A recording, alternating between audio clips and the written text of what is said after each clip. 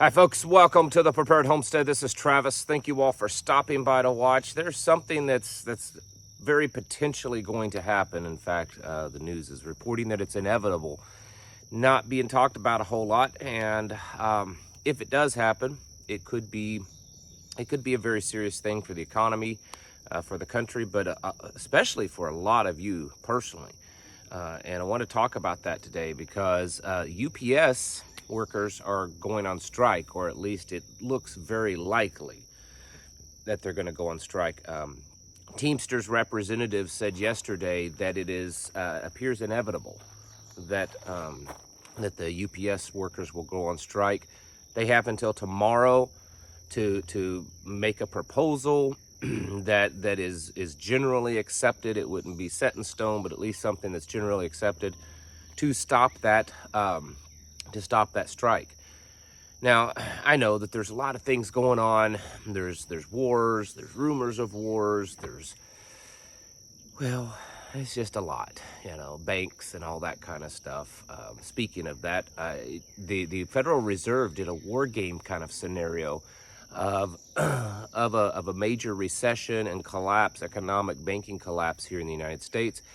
And come to find out, the top 23 largest banks in America, they said would survive, would make it.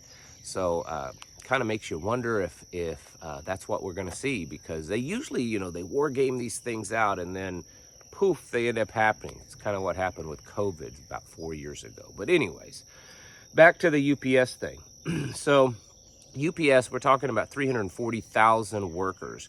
If this happens, this would be the largest single worker strike ever in American history. 97% of those workers have voted to strike.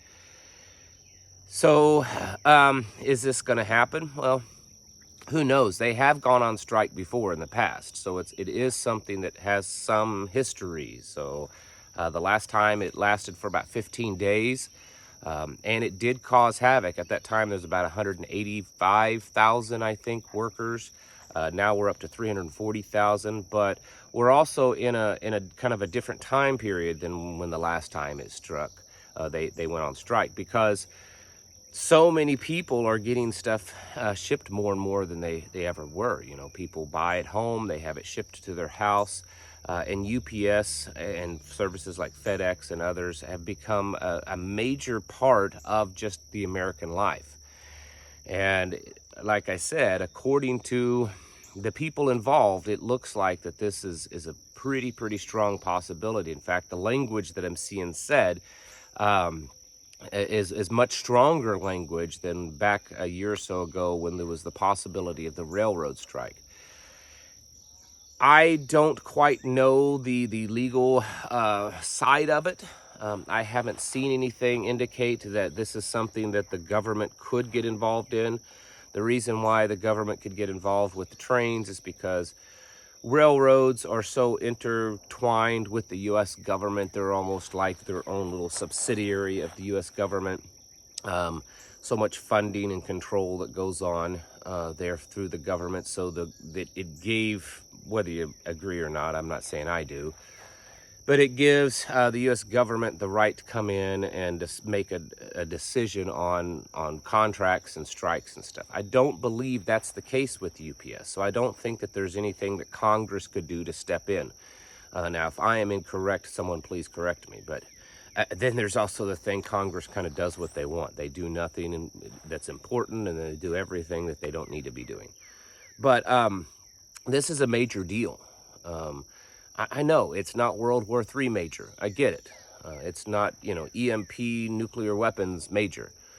But this is very serious. If UPS shuts down for a week, 2, 3, 4 weeks, however long it is, it could affect us and affect you a lot, because here's my experience and from what I know. A lot of homesteaders, a lot of people that live out like we do, rely on UPS for a lot of their stuff. I know for us, for instance, we go into town, go to the grocery store, typically once a month. That's when we go in and we get anything that we need that's local at the grocery store. And then between times, a lot of the stuff that we're getting is through the mail, because it's typically the price per the item is cheaper anyways. And then you save money because we're not going into town. You know, we're not having to drive our old pickup, 30 minutes into town to pick up a few things, to pick up toilet paper or to pick up, some other kind of thing. We have it delivered to us. A lot of people do that, especially homesteaders, especially preppers. A lot of you preppers are stocking up on your preps through the mail. You're finding deals online and you're buying in bulk and you're having it shipped to you. It could end soon. It may not end permanently, but it could end, and you need to brace yourself for that. This is I wouldn't call this a high priority SHTF, meaning that it could forever change your life and it could cause, major catastrophic damage in your life. But this could certainly cause a big shakeup in your life. If you're used to getting your certain packages and ordering things online so that you don't have to go out to town, or that's just the way that you're prepping, there may be a big hiccup. And how things happen, if they shut down for 2-3 weeks, there's going to be a backlog. And it doesn't mean that, well, we only have to deal with it for 2 or 3 weeks. It could take several weeks after any kind of deal is made for them to kind of get caught up and get things back in order. So it's possible. In fact, it's very likely, it looks like, that Americans are going to have to deal with this. This is going to be catastrophic, not just for preppers. It's, like I said, we live in a different world than we did a decade or two ago. Americans, they do a lot of shipping, delivery stuff. That's the big thing. I mean, that was really pushed during COVID. Stay at home and just have your stuff delivered to your house.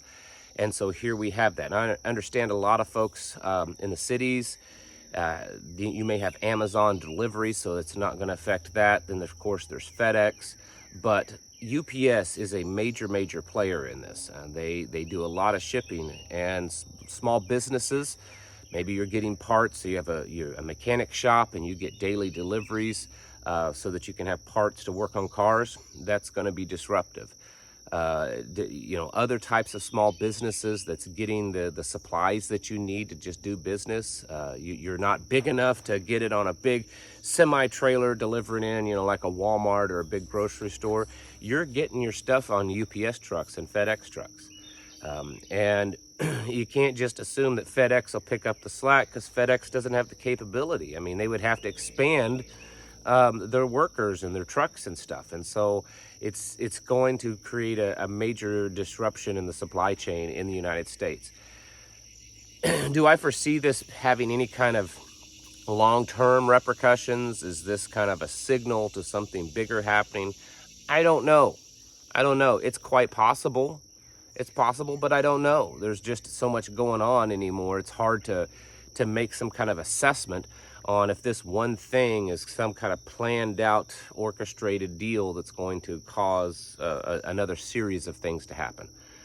I just know that it looks like, in a likely scenario, it looks like that UPS is going to be going on strike. And so I wanted to put that out there because I don't see much being talked about. In fact, yesterday in my little circle of people, I sent some news reports of this. And everyone that I sent it to had no clue that it was happening.